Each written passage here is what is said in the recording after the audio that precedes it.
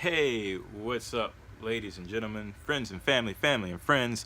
We are so close to 2019, so close to a new year, new things, new aspirations. And if I have to ask you to do one thing in 2018, it is to continue your awesome support of the violence, the corruption, the mass corruption that is happening right here in the Democratic Republic of Congo, and really everywhere in the world. Just, but especially here, especially right here in the Congo, where there are just, well, let me read it to you. Anyway, the big news here is that Congo is about to have their first elections since like the 1960s, I believe, when they gained independence from Belgium. Belgium, I believe I spoke about earlier this year, the atrocities that they did in the Congo and many African countries, where they just pretty much went in, destroyed the land, pillaged, raped people, just completely, did what Belgians did best back then, did what every Western European country did back then, which was,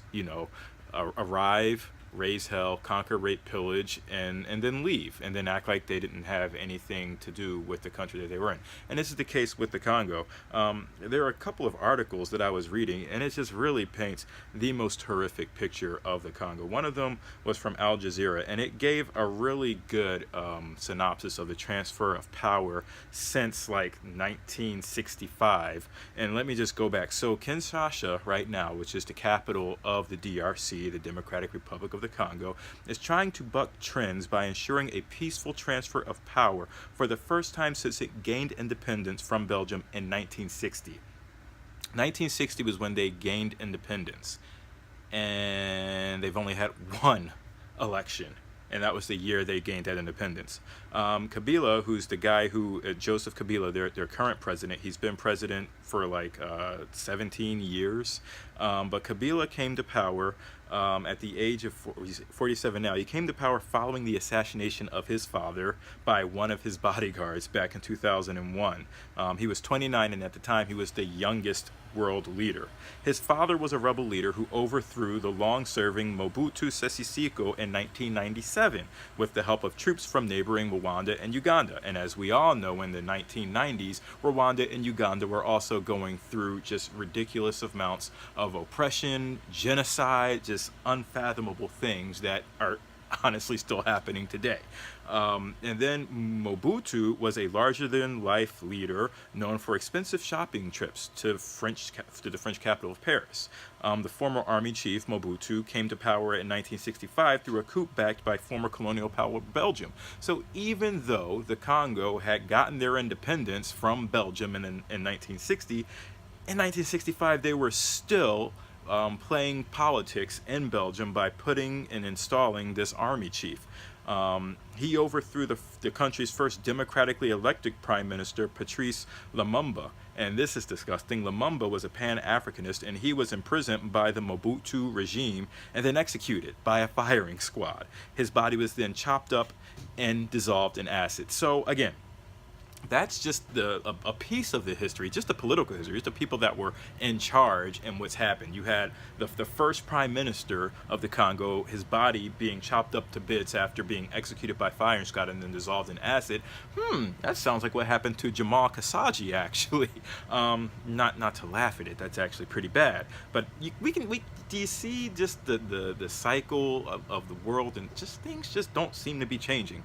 But anyway, so just terrible things. So that was from Al Jazeera. So again, on top of the stuff that they're dealing with, they also have Ebola. Apparently 330 lives have been claimed this year in the latest Ebola outbreak since October. I also talked about that in a previous video. So just a lot of things that are happening. There are plenty of parts in provinces in the Congo that won't even be able to vote until March, because they don't even want to put voting machines in those places because they're afraid that it just might cause Ebola to spread anymore. Oh, and by the way, the voting machines, I should talk about the voting machines. They've never had voting machines before. The voting machines were probably not donated, but probably purchased, and they were purchased from a developer in South Korea. So who even knows if those are even legit voting machines? Many people have never seen a voting machine before. They don't know how to use a voting machine before, and they're supposed to be voting for the first time ever using these voting machines. So we talk about a lot of the stuff that happens here in the U.S. with, meddling in elections, and if things are going to get, hijacked, whatever. Yeah, try going to the Congo where you don't even know how you're going to vote, if you're going to vote, because so far the elections are supposed to take place tomorrow. They've already been delayed a couple of weeks because of Ebola, peace and security, and other things. And there are many reasons. Let me go to another article which I liked, which kind of explained why we are all contributing to the destructive, forces that be. It's actually a Time magazine article, and it is titled "Our World Runs Off of Resources That Have Been Looted from the Congo. That's why the democratic elections alone can't even solve the country's problems." So imagine, going to the election booth and knowing that your vote won't count. We in the U.S. already feel that way, but at least we're not being beaten and pillaged for the most part. But here's what I really wanted to get to, and I was reading this with my wife and just telling her some of these things, just synopsis of some of this. Regardless of what happens on election day, or if the election is postponed once more, there are deeper forces at work that will help determine Congo's future. The long-term structural issue in Congo is that the state has been hijacked, largely for the purpose of looting the country's vast natural resources, wealth, and the incentives for this system need to be changed in order for there to be real transformation in the Congo. In Congo, successive regimes, from Belgian King Leopold II in the subsequent colonial era right up to the current regime of Joseph Kabila, have operated more like a mafia than a government.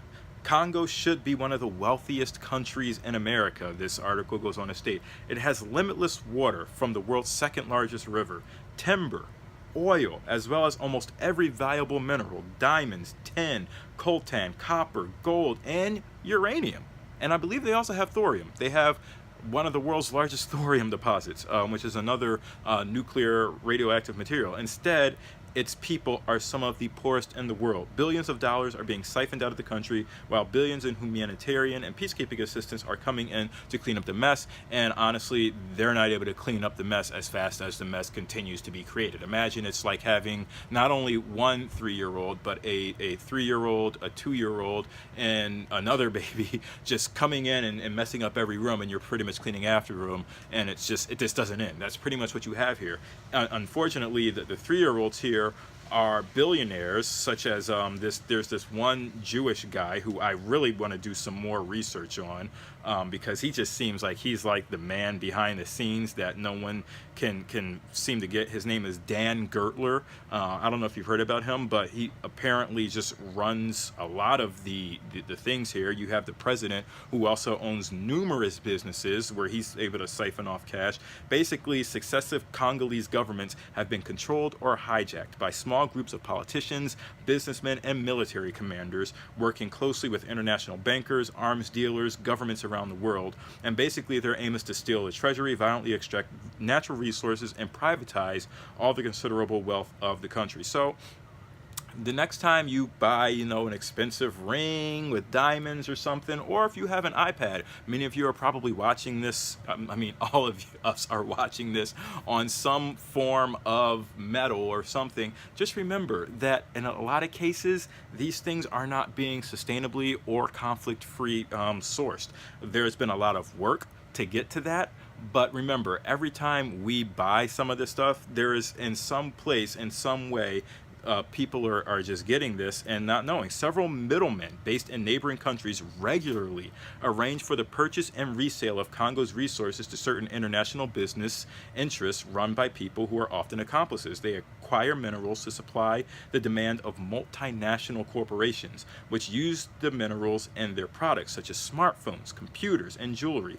Until they were forced by the Dodd-Frank law and consumer pressure, the companies asked no questions about how minerals ended up in their hands at such unbelievably low prices. Basically, hear no evil, see no evil, speak no evil, right?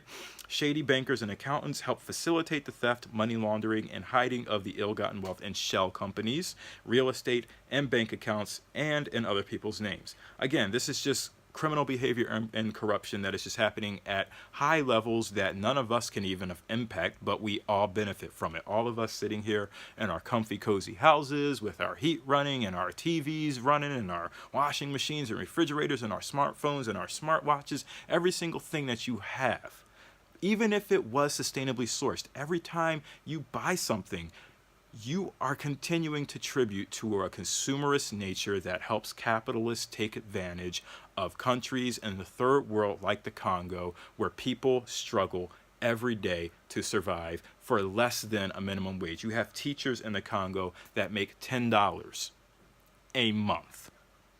Not an hour, not a day, a month. Teachers. So again, this is all I really wanted to talk about today.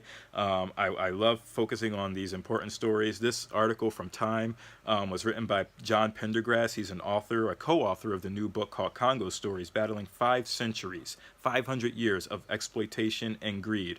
And this is why a lot of the countries in Africa, they cannot, rise to the occasion, to the beauty, to the prestige that they should be, because they continue to be exploited. If it wasn't by the colonial powers that be, it is now by multinational groups that just continue to hammer and pressure and push the locals to fight against each other and war against each other. There are tens, if not hundreds, of rebel groups that are fighting in different parts of the Congo. There are many parts of the Congo that aren't even connected by roads. Just a few years ago, they were still communicating with each other through the use of drums because there were no cell phones. Like just so many things wrong in our world.